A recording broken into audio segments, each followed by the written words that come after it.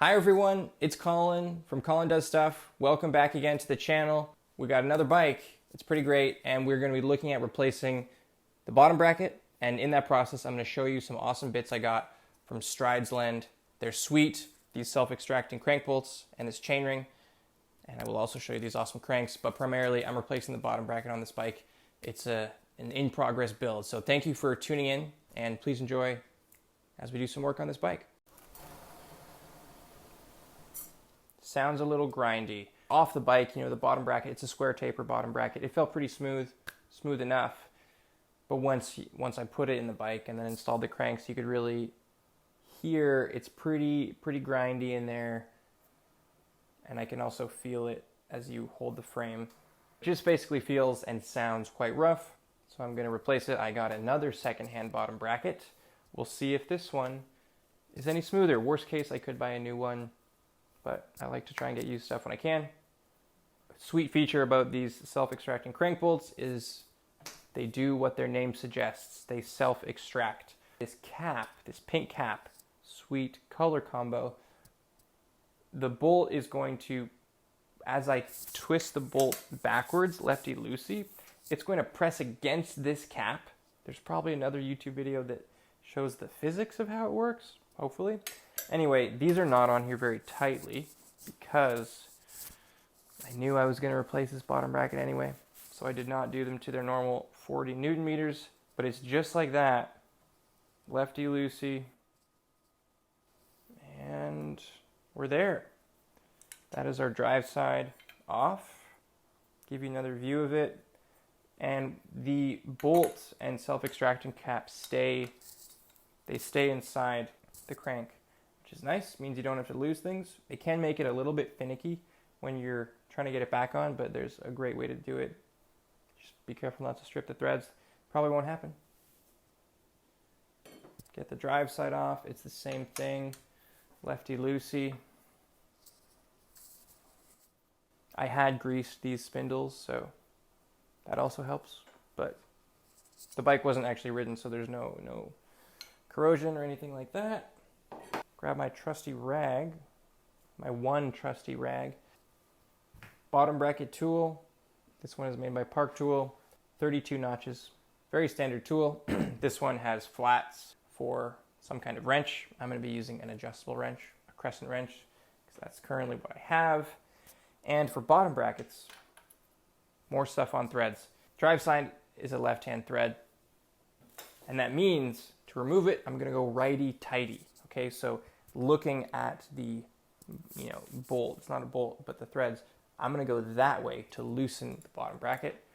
And the reason they do that is so that as you're pedaling, you're effectively tightening the bottom bracket. You would never cause it to come loose as you're pedaling forwards. Okay, I'm going to try and give myself some more mechanical advantage. Okay, broke loose. That's nice. I don't actually know which one you're supposed to remove first, or if it really matters. Greasy. It's good though, especially on a steel frame. Make sure to grease your parts. Non-drive side, very similar, except the non-drive side is, you guessed it, normal. Wow, this one was loose, like hand tight. So I'm just unthreading it lefty-loosey because it's just a regular old right-hand thread. It's kind of funny, but I was the one who installed it, so maybe that's why you're supposed to remove the left side first. Please tell me in the comments. I would love to be educated, or at least to hear your opinion.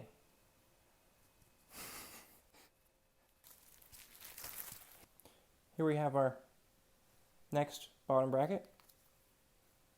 BBUN 26, if you can read that, if it's focused. A little bit of grease. I've already got some grease in the shell, but I'm going to grease the threads. Should probably be wearing gloves, or use a brush. That would be better. Now, to get this started, I don't actually need the tool. So I'm going to go forwards a bit to, you engage the threads, hear a little click sometimes even, and then you can go backwards. Sounds great, am I right? Now I'm going to use the tool.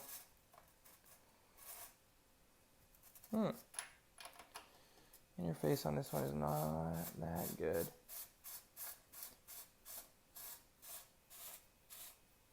Okay, the torque on this, it's usually around 40 Newton meters. We're going to do around 40 Newton meters, which is pretty tight, especially with the wrench this long. Just try and make sure it doesn't slip off. Hold the frame. What a rookie move.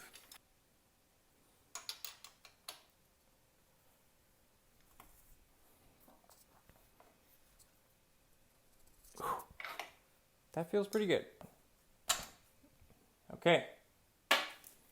Non-drive side cup. Some grease.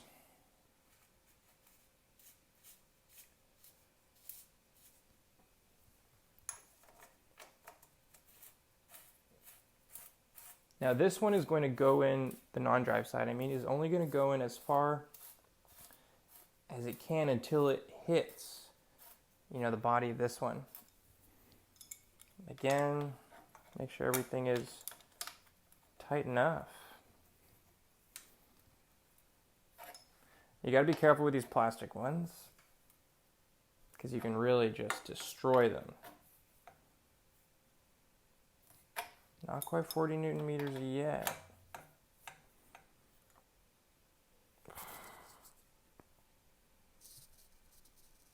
That's pretty good.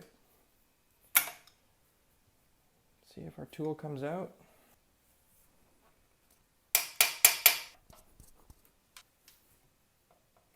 Oh yeah. Wow. Leverage is the best. Look at that. Success. All right, we're gonna install the cranks. First thing, a little bit now this bottom bracket, I think it does feel smoother. A little dab of grease on the spindles. And here we have, so this is a Shimano M737 crank XT. I should look up the year, try and figure it out. I'm trying to make this bike a little more period correct, but also I just love the look of the silver with our Stridsland self-extracting nuts. So crank bolt goes all the way through there. Just find the crank going the right way. And then carefully engage the crank bolt thread. And then once you're going, you're going.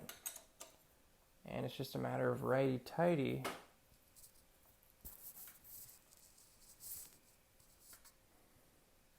And you want to get this also tight, around 40 Newton meters.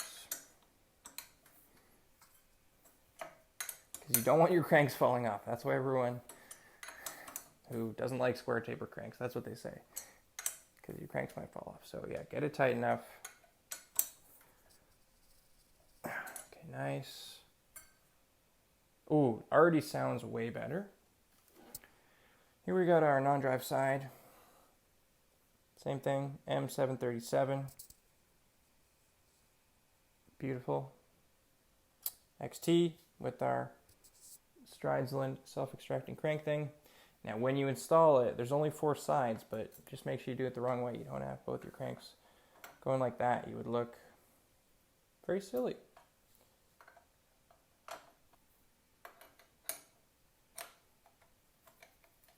Yeah, so I really do love these self-extracting bolts so far because it just means you don't have to have a crank puller.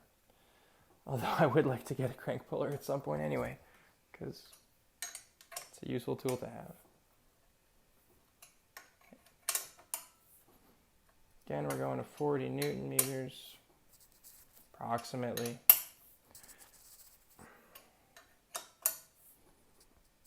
Okay. See if we can hear the sound. Ooh, feels way better. So when you hold the frame somewhere, just make sure you're not going to whack your finger. You can feel whether it's smooth or rough. That's kind of a way you can test out bearings. Buttery smooth.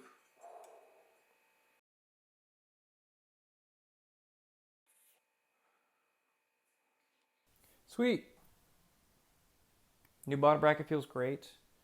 A little bit of background on this bike. This is a 1993 GT Tequesta 26-inch mountain bike. It was my dad's. He bought it in 1993 or right around there and rode it for a long time. I have kind of acquired it from him and used it over the years in various forms, and right now I am in the process of updating its drivetrain to a more suitable one-by. So I'll try and flash some photos on the screen of what this bike looked like a few months ago with my the old drivetrain. I'll show you some photos of the original drivetrain as well. You can see that it has gone through a couple changes since I've had it. My long-term goal is to modify the steer tube of this fork. This is an 1.125" threaded headset, which is a bit of an uncommon size. Most threaded headsets are 1 inch. Most threadless headsets are 1.125", so a little bit bigger.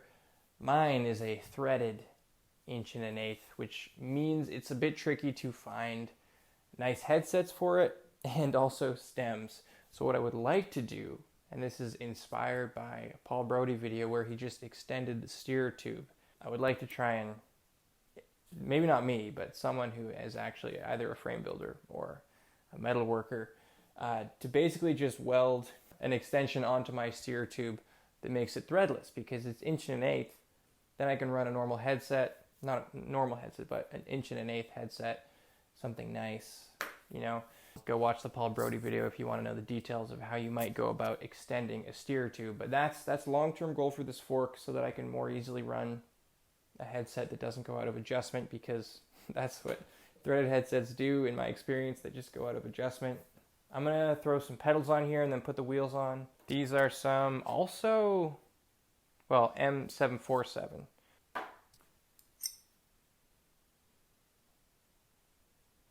A little bit of grease on the threads. The pedal threads are opposite what the bottom bracket threads are. So if you can remember that, you can kind of remember both.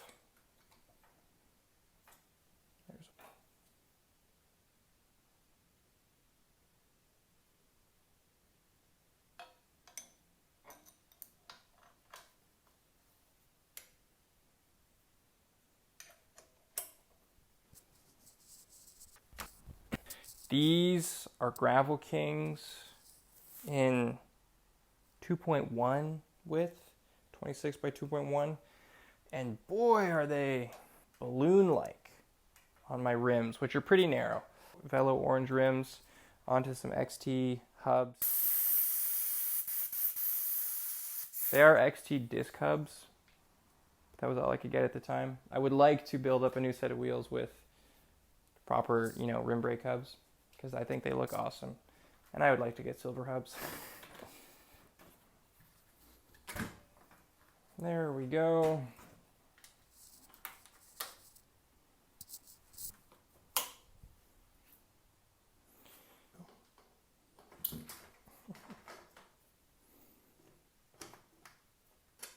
Normally when I'm doing up quick releases, I will put the bike on the ground, have them loose, then tighten them to make sure everything is fully seated in the dropouts. It's normally what I would do.